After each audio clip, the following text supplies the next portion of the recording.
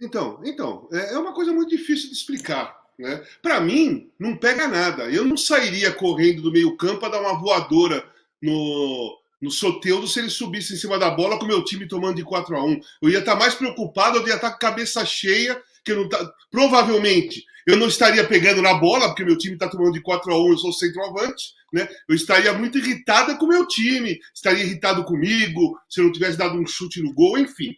Mas dentro do campo acontecem umas coisas que só quem joga ali é que sabe. Assim, por exemplo, Mário Sérgio. Mário Sérgio foi o primeiro cara que olhava para um lado e tocava para o outro, certo? Na minha época, o Renato lembra muito bem, o Mário Sérgio que começou com esse negócio, olhava para cá e tocava para lá, olhava para um lado e tocava para o outro, fingia que ia para o fundo, puxava a bola, dava um tapa com o pé, ganhando ou perdendo ele fazia isso. Ganhando ou perdendo. E adquiriu um respeito no meio do jogador de futebol, que você via ele fazendo isso com o seu time tomando goleada, se aplaudia até. Agora, tem outras situações. Por exemplo, eu joguei uma partida que nós ganhamos 5-1 o Corinthians. Quando nós fizemos o quinto gol, na hora do outro time dar a saída, estava eu e o Sócrates do lado de cá, os dois jogadores do time adversário falaram assim: ô meu, agora chegou, né? 5-1 deu, né? Você dá uma diminuída aí no negócio. Beleza, Magrão, beleza, tranquilo. Faltavam, sei lá, 5, 6 minutos, o jogo rolou. Então, dentro do campo, existem algumas coisas de ética ou de diálogo. O que eu acho que está acontecendo atualmente é o distanciamento de todas as relações que existem no futebol.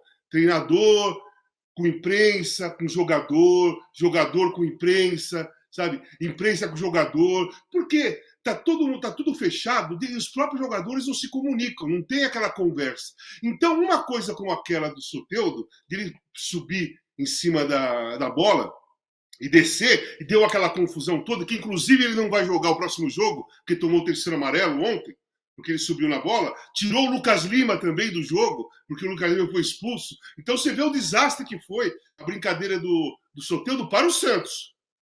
Foi desastroso para o Santos, aquela brincadeirinha lá. E isso não significa que é ruim, é legal, pode fazer, que é menosprezo ou não é menosprezo. Eu só estou falando que dentro do campo, o que acontece? Se ele já tivesse feito isso outras vezes, ninguém ia querer pular no pescoço dele. Só que ele fez ontem, pela primeira vez. E o que acontece? O Soteldo é um driblador. Um cara habilidoso que vai para cima, tinha feito um golaço e tal, recebe a bola na ponta. Os caras do Vasco estão todos tensos, olhando para ele, o que ele vai fazer? Já encostou um, o outro ia fazer a cobertura, de repente ele sobe em cima da bola. Meu, os caras perderam a cabeça. Não dá para condenar o Soteldo que fez e não dá para condenar a reação dos caras, porque os caras estão tomando de 4-1. E o Soteldo estava ganhando de 4-1. Né? Qual seria a reação do Soteldo se tivesse 4-1 para o Vasco e o Gabriel Peck, né? Peck. Gabriel Peck fizesse isso, subisse em cima da bola e o Soteldo estivesse na frente. Qual seria a reação do Soteldo? Não dá para dizer, mas eu acredito que seria muito parecida com o que aconteceu com os jogadores do Vasco. Então, na minha opinião pessoal, eu não estou nem aí. Eu acho até que é uma coisa diferente e eu acho legal, sabe? Eu acho que tem muita coisa aqui no futebol hoje, tudo é uma agressão, tudo é um desrespeito, tudo é um menosprezo, é um deboche, sabe? Os jogadores têm que resolver isso entre eles ali dentro. Tem que se saber o que é aceito entre todos os jogadores e o que não é aceito. Eu acho que a falta de comunicação leva a esse tipo de coisa. Eu dei uns exemplos da minha época, porque na minha época a imprensa com jogadores com outros jogadores, era tudo muito fácil de ter comunicação. Acabava o jogo no bar à noite, você encontrava jogador do mesmo time, de vários times, sabia, cara de fora, tudo no bar, batendo papo, você tinha perdido do cara, o cara tinha feito 3 gols no goleiro, o cara tá todo mundo tomando chopp ali. Então, e essas relações, o limite avançava, né? Porque você conhece melhor o cara. Então você fala assim, o Serginho subiu em cima da bola, ele não tá tirando uma cara, ele não tá tirando uma com a minha cara. Ele tá se divertindo, né? Então, agora, quando você não conhece a pessoa, aí começa a ter essas estranhezas. É como acontece em jogador com imprensa com treinador. Ninguém se conhece mais. Alguém sabe Algum jornalista conhece muito bem jogadores do Corinthians, ou o Mano e os jogadores do Corinthians conhecem muito bem a imprensa. O Mano vai conhecer porque ele é de uma outra geração que os jornalistas estavam dentro do campo. Então ele vai conhecer vários. Mas essa relação não tem. Então todo mundo não sabe o limite que tem que ter. Porque não tem uma relação mais próxima. Sabe? Não tem. Hoje, qualquer crítica que você faz vira um alvoroço. Ou qualquer coisa que o treinador fala vira um alvoroço. Ou qualquer coisa vira um alvoroço. Até subir em cima da bola num jogo de futebol vira um alvoroço. E só para dizer uma coisa, só para esquecer. Falam muito, hoje, eu ouvi muita gente falar, então se o Garrincha jogasse hoje, ele ia tomar cartão amarelo. Não, ele não ia tomar cartão amarelo, porque ele fazia isso ganhando, perdendo, ganhando de goleada, perdendo de goleada, que era o estilo do jogo do cara. Aquilo que o Garrincha fazia era o estilo dele. Então, cara, ninguém ia ficar invocado com ele fazendo aquilo. Só para dar o detalhe de que o Soteldo fez isso pela primeira vez. E foi um choque para todo mundo dentro do campo, porque ele nunca tinha feito. Até para os jogadores do Santos, pode ter certeza. Eu acho que ele tomou uma dura. Eu acho que ele deve ter tomado uma dura, se já teve a reapresentação, porque ele tirou 2 jogadores do time do Santos para jogar contra o Palmeiras. Foi o Soteldo que tirou. Ele foi o responsável. Sim. E aí, Renato, pode ou não pode? Eu acho que pode. Eu acho muita frescura, muito mimimi. Hoje o Seleção botou umas cenas que eu já estava lembrando do Edmundo fazendo um rebolado na frente do Gonçalves num dos 2 jogos da final do Carioca, em que o Botafogo depois foi campeão. E o Gonçalves não fez nada. Depois que o Botafogo foi campeão, o Gonçalves chamou o time inteiro e foi lá para frente da torcida do Vasco rebolar a bunda também para repetir o gesto do Edmundo. Não teve pancadaria dentro de campo, não teve nada. Eu já vi muitas coisas serem feitas em futebol e hoje em dia tudo é mimimi, gente. Eu sou do tempo em que o Manga dizia na véspera de Botafogo e Flamengo que já tinha gastado o dinheiro da feira. E naquela época era quase certo mesmo, porque o Botafogo tinha um timaço e o Flamengo não. E nunca houve nunca ninguém quis entrar para dar um pontapé na cara do Manga ou coisa que o valha por causa disso. Nós estamos virando... quer dizer, o mundo está virando uma coisa muito chata. Nada pode. E o juiz ontem foi muito responsável pela bagunça toda. Porque se o juiz tivesse expulsado o cara que deu o primeiro chega para lá no Soteldo, aliás, esse cara não foi expulso. Inacreditável. Foram expulsos 2 jogadores. Imagina, o cara que... amarelo talvez tenha tomado, mas ele tinha que ter sido expulso, porque aquilo ali é uma agressão. Entendeu? Então, sim, eu acho que ontem foi um somatório de equívocos impressionante. O Medel fingiu que tinha tomado uma cabeçada, não foi por causa do toque do goleiro, não. Tem um jogador do Santos que ameaça uma cabeçada no Medel. Foi o mas mesmo ele tá que foi expulso longe do banco, Renato. Eu esqueci o nome dele agora. Pois é, eu também, mas ele ameaça, mas não chega nem perto. Não chega nem perto de acertar. Eu não me lembro quem é, sinceramente não sei. Mas eu vi a cena, ele faz assim para frente. Pô, mas não chega nem perto de acertar. Isso é outra coisa, quer dizer, subir em cima da bola não pode. Mas simular descaradamente, toda hora que levou alguma coisa na cara, pode. Os jogadores não acham nada demais. Você bota a mão no peito do jogador, o jogador cai com as mãos nos olhos, como se tivesse tido os olhos arrancados. Isso não é de um time ou de outro, são de todos. Qualquer jogador hoje em dia, quando recebe um toque acima da barriga, da linha do umbigo, bota as mãos na cara. Aliás, Rivaldo fez isso ridiculamente na Copa de 2002. Exatamente, contra a Turquia. Então, levou um chute nas pernas e botou a mão na cara. Isso, para mim, é atitude muito mais antidesportiva do que você subir na bola. Eu não vejo problema nenhum em subir na bola, com toda sinceridade. Acho ridículo essa história toda. Pô, era feita a época do Kerlon, lembra? Que também o Foquinha. Sim. O drible dele era aquele drible. E aí, desrespeito. Por que é desrespeito? Gente, dentro de campo, se você não fez falta em ninguém, eu não vejo motivo nenhum para você dizer que é uma atitude desrespeitosa. Nós temos N casos aqui. Edilson, na final contra o Palmeiras, que também acabou num sururu monstruoso e nem terminou. Foi encerrada com 36 minutos. Paulo Nunes veio correndo para dar um pontapé também. Eu, sinceramente, eu até acho que sim, existe entre os jogadores um certo código, mas eu não entendo esse código de hoje. Aliás, não é só Não, de hoje jogadores não de dá para futebol, entender. é o do O de hoje não mundo, dá para cara. O entender. mundo. Qualquer coisa é cancelamento. Olha, nós estamos realmente ficando um bando de chatos. Essa é a verdade. Ô, Danilo, quero ouvir você, mas só que, primeiro que o nome do cara é Rodrigo Fernandes, viu? Do Rodrigo jogador. Fernandes. Rodrigo Que eu não estava Fernandes. lembrando.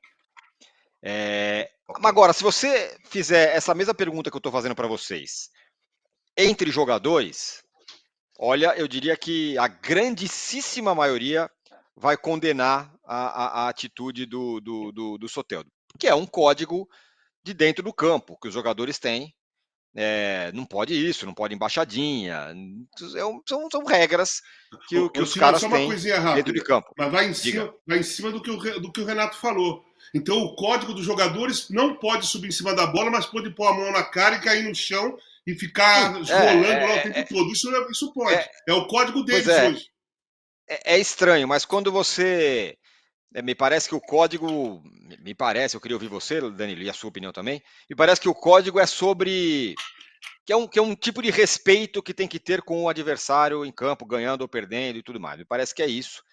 Então, eu acho que os jogadores condenam isso. Embora a torcida, a maior parte, não condene, como a gente aqui está falando que não tem nada demais. Diga lá, Danilo. Tem muito desse contexto. Muitas vezes a gente vai ver jogador condenando, mas para mim o fundamental dessa história toda é o seguinte: quem provoca tem que aguentar ser provocado depois. Então vamos imaginar que o Soteldo tivesse subido na bola e o Vasco conseguisse o empate e o Vasco pisasse na bola igual. Ninguém do Santos poderia reclamar, o Soteldo não poderia reclamar. Eu sou totalmente da opinião do Renato em relação à provocação. Eu acho que faz parte do esporte você provocar, você driblar, você, dentro das regras, claro, tentar tirar o seu adversário do sério. Porque no final, se só os jogadores do Vasco tivessem reagido, os jogadores do Vasco teriam sido punidos e o Vasco saiu absolutamente do jogo depois. Estava 3-1 para o Santos, claro que já era uma situação difícil, mas ainda tinha uma pequena chance. Mas depois daquilo, o Vasco praticamente não armou mais nada, não conseguiu fazer mais nada, pelo contrário, tomou o quarto. Então, a provocação do Soteldo, ela atingiu o objetivo, foi tirar completamente o Vasco do jogo, mais do que já estava fora, porque estava perdendo de 3-1. Para mim, faz parte do jogo você provocar o adversário dentro dessa regra, desde que você não esteja sendo preconceituoso, fazendo falta grave, essas coisas todas. Se você provocar com a bola, chute no vácuo do Valdívia, rebolada do Edmundo, que o Renato lembrou agora. Tem aquele lance do Cristiano Ronaldo, que ele dá o chapéu e finge que vai pegar a bola com a mão. O Mário Sérgio que dava toque olhando para o lado. Eu sou do tempo que eu vi o Ronaldinho Gaúcho fazendo isso daí, eu não vi o Mário Sérgio ainda. Então, assim, Lambreta do Neymar. Lambreta do Neymar, Danilo. Pois é, e aí assim, também isso a foi gente considerado uma ofensa. Pois é, a gente começa a chegar num momento que a gente vai analisar o que é o antidesportivo. Pô, então tá 2-0 para um time, o cara dribla para trás, é antidesportivo, não é? Pode dar só 3 pedaladas, a partir da quarta é antidesportivo. O que vai ser? Qual é o limite dessa provocação? O que é drible, o que é provocação? Então, para mim, desde que esteja dentro da regra, e no futebol a regra é o quê? Você não pode sentar na bola, você não pode esconder a bola e impedir o seu adversário de disputa. O que o Soteldo fez, a bola estava em disputa ainda. Então, para mim, não é um lance antidesportivo, e o principal, faz parte do esporte provocar em todos os esportes. Perdão, esse tipo de coisa acontece. Acontece no basquete, no UFC, só não acontece no tênis, porque no tênis você não pode ali gritar na cara do adversário, na hora de sacar tem que estar todo mundo em silêncio, mas é uma cultura, é uma regra que existe ali, específica do tênis. Mas tirando isso, em esporte, faz parte do jogo, você provocar e ser provocado. É isso que desperta emoção, é isso que faz o cara não conseguir dormir antes de um jogo. Para mim, faz parte totalmente do jogo e eu, sinceramente, também não entendo quem acha que não pode, é um desrespeito. Tá dentro da regra, gente. Não tá machucando ninguém, não tá tirando. É muito pior simular, muito pior fazer cera, muito pior. Tem várias outras coisas. Quando o juiz marca alguma coisa, tem 10 caras em volta dele que demora 6 minutos para conseguir bater uma falta. Isso é muito pior do que subir numa bola e provocar, faz parte. Assim, você falou sobre outros esportes, aí entra na história dos códigos de cada esporte. No tênis, que o Renato entende tão bem, se você joga a bola pro outro lado, a bola raspa na rede e vai pro outro lado, o cara tem que pedir desculpas. São códigos, isso não tá na regra. Não tá na regra que um cara não pode gritar na cara do outro, não tem nada disso, é regra. São códigos. Eu acho que o estão juiz no ele esporte. pode interferir no caso do tênis, viu, Tironi? Ah, tá, mas não mas não no caso do cara da bola bater na rede e ir pro outro lado. O cara pede desculpa porque é uma questão de educação. Sim. No basquete, por exemplo, é mais. Basquete no é o reino da pode provocação. Mais. Provocação o tempo inteiro. Provocação o tempo Sim. inteiro no basquete. A NBA Então, é um festival de provocações. Pode, né? O cara pode dar uma enterrada e encarar o outro, E rir na cara do outro. Isso está dentro do código, certo? Não é regra, mas é código. Muita gente, ex-árbitros que condenaram a atitude do Soteldo, falou que isso é, do ponto de vista subjetivo, claro, entra no tal do atitude antidesportiva. E aí você pode colocar essa história, por isso que porque ele tomou cartão amarelo. Não foi por outro motivo que o Soteldo tomou cartão amarelo ontem, certo? Foi por causa disso, porque provocou os outros. Então, é só para colocar essa questão. Eu nado um pouco contra a maré de vocês aí. Eu acho que são códigos do futebol que não deveriam ser quebrados. Você está ganhando de 3-1, e aí muita gente fala, pô, por que o Soteldo não fez isso quando o Santos perdia de todo mundo até outro dia aí? Então, de 5-0, 4-0, 3-0, estava na zona de rebaixamento, ele nunca subiu na bola. Aí quando ganhou, aí ele faz. E lembrei do Neymar também, uma vez o Puyol deu uma esfrega no Neymar, porque o Neymar estava fazendo graça. O cara subir na bola com o Santos perdendo, ele apanha da própria torcida também, Tironi. Mas pois aí tem um pouco dessa questão. Tem que saber a hora de provocar e saber aguentar quando é provocado. Mas não é o papo da irreverência e tal. O Santos não ganhava de ninguém. Agora que ganhou uma, o cara sobe na bola. Eu também tenho minhas questões sobre isso. Queria ouvir vocês. Diga lá, Casão. Não, assim, é muito difícil para qualquer um falar se está certo, se está errado, ou se a reação dos caras foi certa ou errada, porque você tem que se colocar no lugar de alguém que está lá dentro do campo. E mesmo eu ter sido jogador, mesmo eu me colocando no lugar de um jogador do Vasco, eu não vou alcançar o que o cara estava sentindo naquele momento. Qual era o tamanho da frustração do jogo, qual que era o tamanho do nervosismo, da irritação com ele mesmo, ou com o resultado, ou com o companheiro, sabe? Ali, quem está perdendo está numa irritação máxima, né? Está numa irritação máxima. Então a reação dos caras não é só porque o Soteldo subiu em cima da bola, é porque estava no limite deles o jogo. Não era para 3-1 até terminar o primeiro tempo, o jogo estava bem equilibrado, aí saiu 2 gols logo em seguida, virou 3-1, né? O jogo se transformou em 3-1 em 4 minutos, 7 minutos, sei lá, muito pouquinho, se transformou num 3-1. E aí os caras do Vasco estavam frustrados, vinham de vitórias, estavam acreditando que poderiam ganhar do Santos da Vila, e a frustração subiu lá em cima, e a irritação também sobe. Então não dá para julgar a reação dos caras do Vasco. E, assim, você pode discutir isso que nós estamos discutindo do Soteldo. Para mim, eu acho que não pega nada.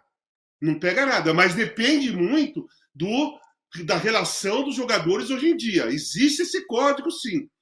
Não é um código escrito, nem reunido, nem combinado. Não é. É durante os confrontos que os caras vão se cruzando por anos e anos e chega-se a um determinado momento que um sabe o que pode, o que não pode, entre eles lá.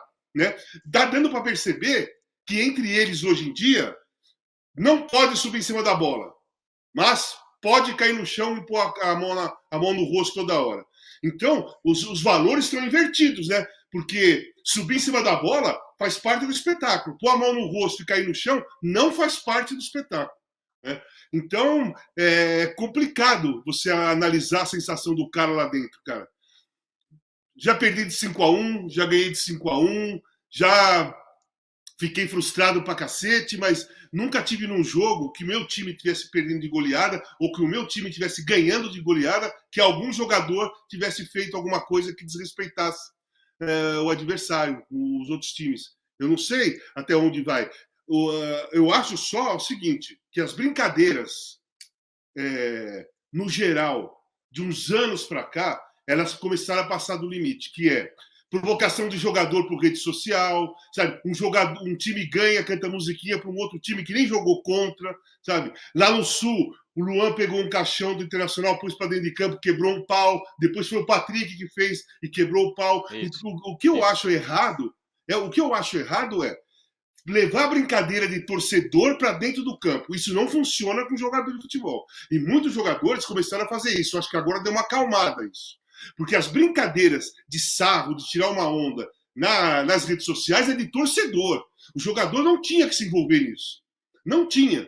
Porque é uma coisa... E aí eu acho desrespeito. Aí eu acho uma provocação barata. Sabe? Agora, dentro do campo, você joga o jogo.